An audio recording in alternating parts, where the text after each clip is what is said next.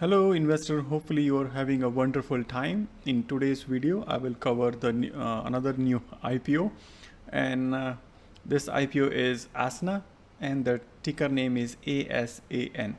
So basically this is I posted yesterday the Palantir the IPO, and I got a very good response on out of it, and few YouTubers comment, or I said investor comments, that they would like to have my opinion on this ticker as well.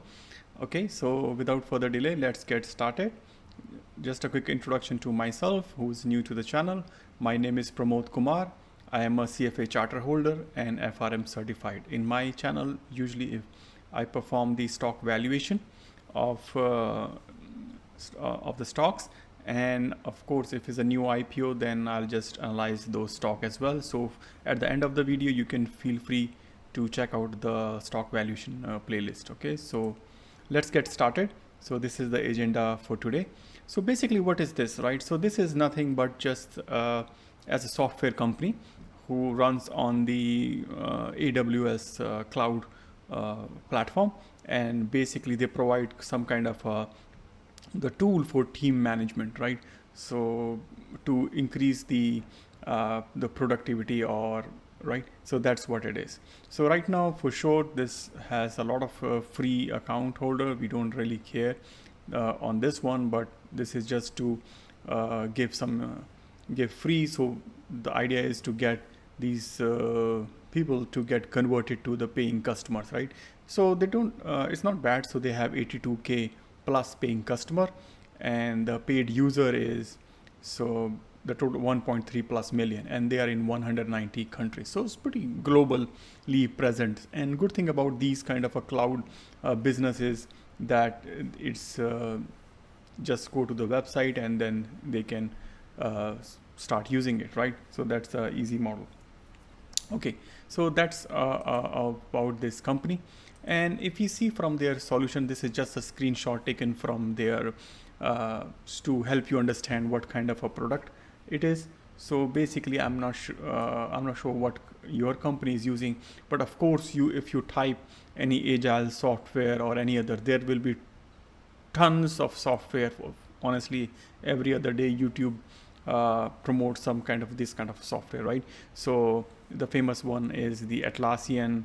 I also see some YouTube advertise when I was searching its competitors and all, but like Monday and all I never use, especially on the monday.com, and I've never used this as well. But primarily they're focusing on, for example, project management. Agile and Scrum is very famous in IT industry, and sales and all, so, and operations and marketing, right? The Kanban boards, I think it's quite popular there, and the project management for sure in all discipline. Okay, so that's what this is. So enough about the product. Let's straight go to the financial, to the income statements. Okay, so let me put myself height again. So this is their income statement. So this income statement is 2019 and 2020. So basically this is in January, right? So they closed their year in January 2020. So pretty much it's all 2019 fiscal years reporting, right? And then the first 6 months. So this is again I got from their prospectus, which they have submitted to SEC Gov, and this is straight copy from there. Okay, so these are in thousands and right, except the share, which is in per share amount. So let's go to the revenue. Revenue is $76.7 million, and then it's pretty much very good increase in jump. I'll show you in subsequent slide what's the subsequent jumps or the percentage of the in compared to the revenue. So this you can see 142 million as well. Gross profit for sure, because top line up, gross profit is also increased. And but let's take what we got. But still the company is making the net loss, right? So it's making 50 million net loss. And then in 2020 it's not only it should be reduced, right? Because it's increased almost over 80%, let's say, right? So but here it's more than double. It reduce the shares. One of the reason I can quickly see here, because maybe they want to do IPO, so they double the sales and marketing, right? Research and is also double, sales and marketing is double. So at the up to the last minute, it's also, we need to see why the company is spending so much. It's sure to maintain the research and marketing, but this is less just kind of a software solution company, right? What they are actually trying to research here, right? So that's give me a question mark here as well, and especially when the company try to double, it's almost double its investment, right? 42 to 89, almost double, right? Okay, so that's what some questions I have, but I don't like, but it's pretty common for the IPOs now these days. We get exceptions. I think when I did last time Snowflake, yeah, Snowflake was the profitable, if I'm not mistaken. Yeah, feel free to check it out, that video. Yeah, so yeah, so this is, so let's see in the percentage wise. Okay, so the revenue growth, the year over year growth is 85.76% as from 2018 to 19, which is very good. Sales and marketing, as you can see, is huge percentage. That's pretty common now. At least I'm doing this 3 in a continuous IPO stocks. Maybe I should go back to the other stickers now after this. But this month, actually, honestly, I was watching the SEC Nasdaq CEO interview and saying the September month was very busy in IPO, and no wonder why we have to do this many videos on those IPO as well. Yeah, so research budget, you can see, is pretty high as well. And understand if this is like a Palantir kind of a stock, or some right special stocks where need more research. But honestly, on this one, really, if you, yeah, for me, I don't understand this.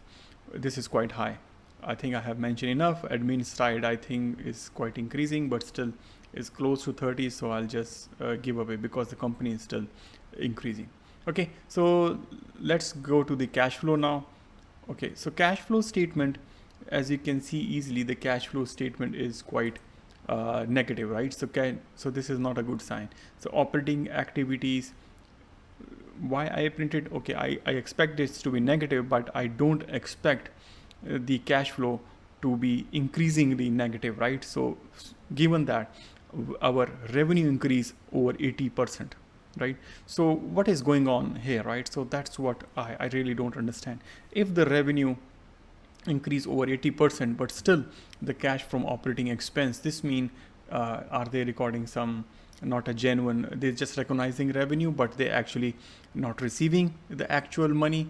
Yeah, so that kind of a questions comes to my mind, right? Maybe they have a lot of very big account receivables, so we don't have that details of data, but that's what it comes to my mind. So that's why I have plugged this slide here. For sure, financing activities, they're issuing a lot of shares and money, so I can see for sure that's this increasing. So nothing much on here. So let's see from their other. Okay, so these are their from the major customer perspective.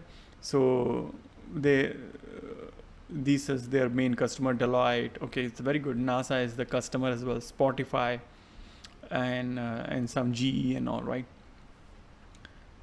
One thing, this is good to be as customer, like this is a tech company, but how many people honestly are employed by this Spotify?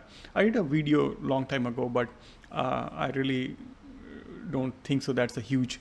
So basically what I'm trying to see here or say here is this, that's good, the brand is good, but at the same time is it a labor intensive company, or is more like a technology? If it's a technology intensive company, so this means it required less people, you just need an app to run it, right? For example. But if it's like, for example, let's say the bank, right? It takes a lot of people to run a bank. So if I haven't seen any bank, but maybe they are in other areas. So, but if they deploy in for example, in a bank which required a heavy amount of people to run their business, and maybe they are not very advanced in terms of the technology, so this is good for the business, right? So once they get their foot into the door, it will help.